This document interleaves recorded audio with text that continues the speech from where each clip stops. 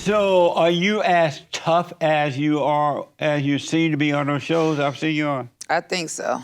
Yeah? Yeah. And what made you tough? Just my life. I just grew up, in circumstances where you had to be tough. You had to fight in order to survive. And, then I ended up, spending some time in prison. And you got to be tough in order to survive prison. And then you get released from prison and you got chains on you that aren't made of metal. And you got to be tough when you get released from prison. And then you're a mom and you got to raise kids. You got to be tough. Okay? To be an American, you got to be tough. Okay? So I'm just tough. And so you grew up like fighting and stuff like that in school and all that? I was a very combative child that I had at an early age, and I wrote about all of this in my not that book, but my first book, Lives of a Real Housewife, which made me a national best-selling author. I wrote about some of the sexual abuse I had endured as a child by a family member. And, I think back then that's kind of during those times when, they swept everything up under the rug, Right. for the sake of kinship and family. And so I think some of that inner suffering contributed to making me this warrior that I am today. And so you were angry growing up. You grew up angry because of those things that happened and other things? I think I wouldn't use the word angry, but I'll accept it. And why wouldn't you use the word angry? Because I don't know if it was just angry or just being a victim of circumstance or a product of your environment. Oh, I see. And so did you grow up, did you have a father and mother in the home? Not in the home, but I did have a father and a mother. They were separated. And were you close to your father or your mother? When I saw him, I lived with my mother for most of my life, but I did spend quite a lot of time with my father in my early years. On the weekend, summer vacation, things like that. Nice. Mm-hmm. And why, if you can say, why were you in prison? Did you ever, first of all, let me ask, like when you were being all tough in high school and all that, did you imagine you would go to prison one day? Of course not. I mean, when we all get asked that question when we're kids, what do you want to be when you grow up?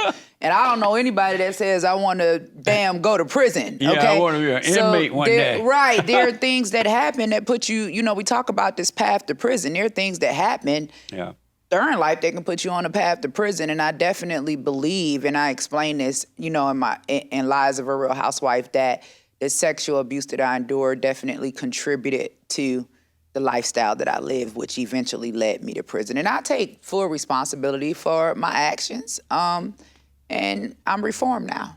Amazing. Yes. And so you had a baby in prison. I did. I went to prison for a nonviolent crime. It was called title fraud and conspiracy.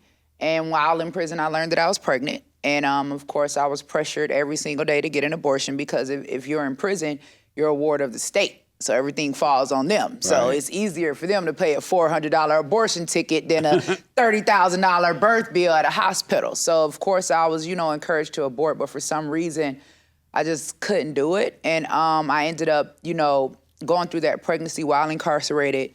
And then when it came time to me giving birth, I was chained to a bed with a sheriff watching. Whoa. Mm-hmm. And so did you get pregnant in prison or you were pregnant when you went to prison? No, I was already pregnant. Oh. Right. Yeah. It was bad timing. Good timing though, because my daughter is truly a blessing. Really? Yes. And so once you had the baby, you stayed in prison for a minute? So once I had the baby, 24 hours after I gave birth to her, they gave her to my mother. And we know in America, they don't even take a puppy from a dog for at least 6 weeks. Right. So 24 hours after birth, she was given to my mother. I was sent back to an overcrowded prison, given a mat to sleep on the floor. And when she was 6 months old, my mother died of a massive heart attack, and she went to my grandmother. And when she was 12 months old, my grandmother died of a massive heart attack, and she went to my aunt. And when she was 18 months old, I was released, and I came home. And today, she is in her 3rd year at MIT after winning the Harvard International Debate Championship. Amazing. And so are you guys close? Of course. I raised her completely throughout the rest of the tenure of her life. She's my baby.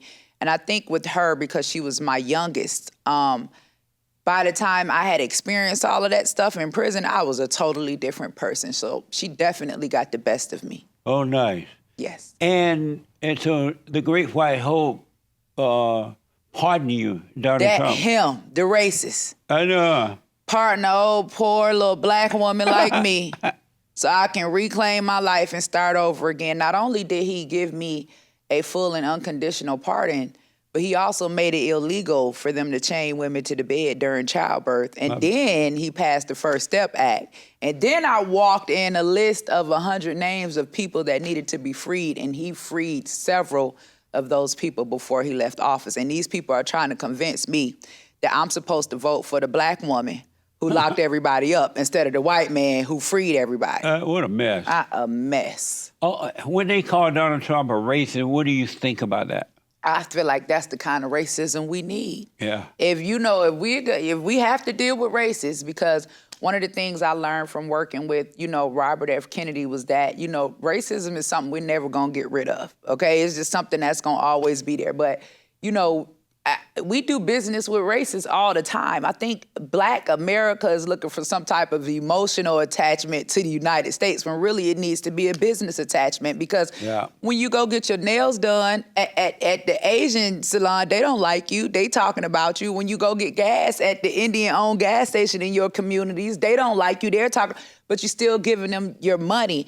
And so for this man who they claim is such a racist, who not only gave me a fresh start, gave Kwame Kilpatrick a fresh start, gave Alice Marie Johnson a fresh start, pardoned Kodak Black, Lil Wayne, housed Jennifer Hudson, when her family was murdered, went to court with Michael Jackson every single day, gave $1 million to Jesse Jackson to start the Rainbow Push Coalition, and I don't see him, showing up to the DNC in Chicago with an abortion Hot Wheels bus offering black women abortion. So if I have to deal with racism, give me the racism that's gonna let niggas out of jail. That's right. What amazing. I'm just being honest. And so you said that you take responsibility for the stuff you have done. Of course. And why do you take responsibility for it? Because I could have made better decisions. And I have to take responsibility for it, because nobody put a gun in my head and made me do anything, although I was caught up in this complicit government scheme and ended up telling my story and getting sued by Phaedra Parks and Linwood and B.J. Bernstein for $30 million when I didn't even have 30 cents to my name. But God told me to tell my story, and he sent me an attorney that represented the case for me pro bono for 4 years, and I eventually won that case. But in reality is that although I was a part of that, I still willingly played my role, which is why, I went and did my time, and I never chose to be a snitch. And so you take responsibility. What caused you to do the things you've done? Bad decision making. And why would do you make your own decisions? Do I make my own decisions? Yeah. Of course I make my own decisions. And how do you make decisions? Well, you have to learn how to make the right decisions. But how do you do that? Thinking is a skill. Well, for one, you have to be reformed. It depends on your level of education. It depends on your environment, for one, because a lot of people make decisions based off of the environments that they're in. A lot of crimes are crimes of survival. So if you have a single mother who is in and out of trouble, who has a bad record, who has an issue with getting employment, but she has mouths to feed, 9 times out of 10, she's gonna do something illegal to take care of her children. Just like the illegal immigrants crossing the border, right? They don't give a damn if crossing the border is legal or not. They're searching for a better life. So we actually have American citizens. There are some women that I was incarcerated with, for forgery, and fraud, for writing bad checks, just trying to keep groceries on the table. Amazing. So that's why criminal justice reform is such a big thing. I want to come back to something, but let me ask,